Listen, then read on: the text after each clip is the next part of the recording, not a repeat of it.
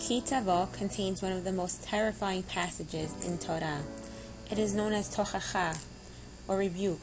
Essentially, it is the warnings of the terrible fate that will overtake the Jews if they neglect or abandon the Berit with Hashem. Reading them in the context of our time, after the Holocaust, they sound like terrible prefigurations of what in fact occurred. If much of Devarim is a nivu'ah, then the Tochacha is a nightmare. Here is its conclusion. Hashem will scatter you among all nations, from one end of the earth to the other. Among those nations you will find no repose, no resting place for the sole of your foot. There Hashem will give you an anxious mind, eyes weary and longing, and a despairing heart. You will live in constant suspense, filled with dread both night and day, never sure of your life. In the morning you will say, if only it were evening, and in the evening, if only it were morning, because of the terror that will fill your hearts and the sights that your eyes will see. Hashem will send you back in ships to Mitzrayim on a journey I said you should never make again. There you will offer yourselves for sale to your enemies as male and female slaves, and no one will buy you. This passage raises the most fundamental questions. Is Hashem a God of anger and retribution? Do the victims always deserve their fate? The question is most acute in relation to the Holocaust itself. Why did Hashem not stop the slaughter? These are difficult questions. The Bרכות and וקללות in the Sefer are both supernatural and natural. It is one of the essential aspects of the Sefer Devarim, as the Rambam notes, that it can be read at many levels. On the one hand, the entire vision of the Torah is dedicated to the proposition that Israel's destiny as a people depends on its faithfulness or lack of it to the Berit it made at Har Sinai with Hashem. In that sense, it is supernatural. On the other hand, there is a profound sense that there is something natural at work also. Not by chance are Bnei Israel and Eretz Israel exemplars of the relationship between humanity and Hashem.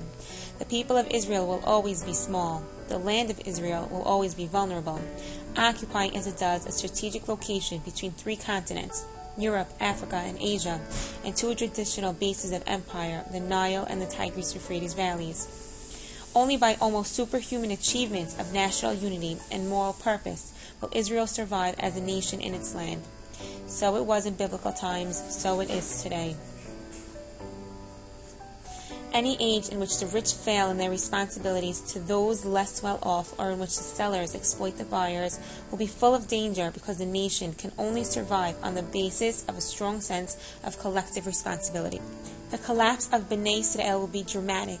It will happen because the unity of Hashem is no longer reflected in the unity of the people. Some will be faithful, others will not. They will worship idols or adopt in other ways the prevailing culture of their times. The institutions of power, the king, the government, the market and its traders, the priests and the self-styled prophets will become corrupt. Strains will develop in the social fabric. Prophets will warn of this, but their words will not be heeded. Israel will find itself in exile. The significance of Galut is not merely geographical, it is political and spiritual as well. Bnei Israel would no longer be under the unmediated direct sovereignty of Hashem. They would be under the sovereignty of the rulers or governments in whose lands they live. Their fate would depend on the whim of a king or the shifting winds of a popular opinion.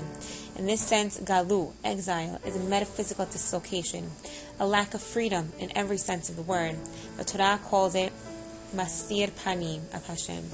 This means that what happens to Israel in Galut is not the work of Hashem, but of human beings. Exile is precisely the loss of the protection of Hashem and subjugation, instead to human powers. The major Jewish thinkers of Middle Ages, Yehuda Halevi, Rambam, and Nachman, and the Ramban, all agreed on this, that Hashem governs the affairs of Israel only when they exist as a sovereign people in their own land. Then there is reward and punishment, nivu'ah, and a correlation between what happens to Bnei Israel and what they do. But Galut precisely mean being removed from the mercy of Hashem and being placed at the mercy of the other nations. Exilic history is not providence, but the loss of providence, what Rambam calls being left to chance. The Holocaust does not tell us about God, but about man. It tells us not about the divine justice, but about human injustice. The question raised by Auschwitz is not where was God, but where was man? Where was humanity?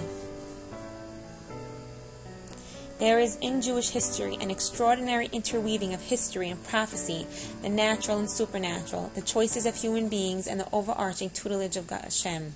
The suffering of the Yehudim in Galut is not divine punishment, but rather a consequence of Galut itself, the loss of Hashem, the hiding of the face of Hashem, and being left to chance. The idea that there is one answer to the problem of evil and the sufferings of the innocent, true at all times, is simply wrong. There are different historical eras, and these represent different relationships between Israel and Hashem.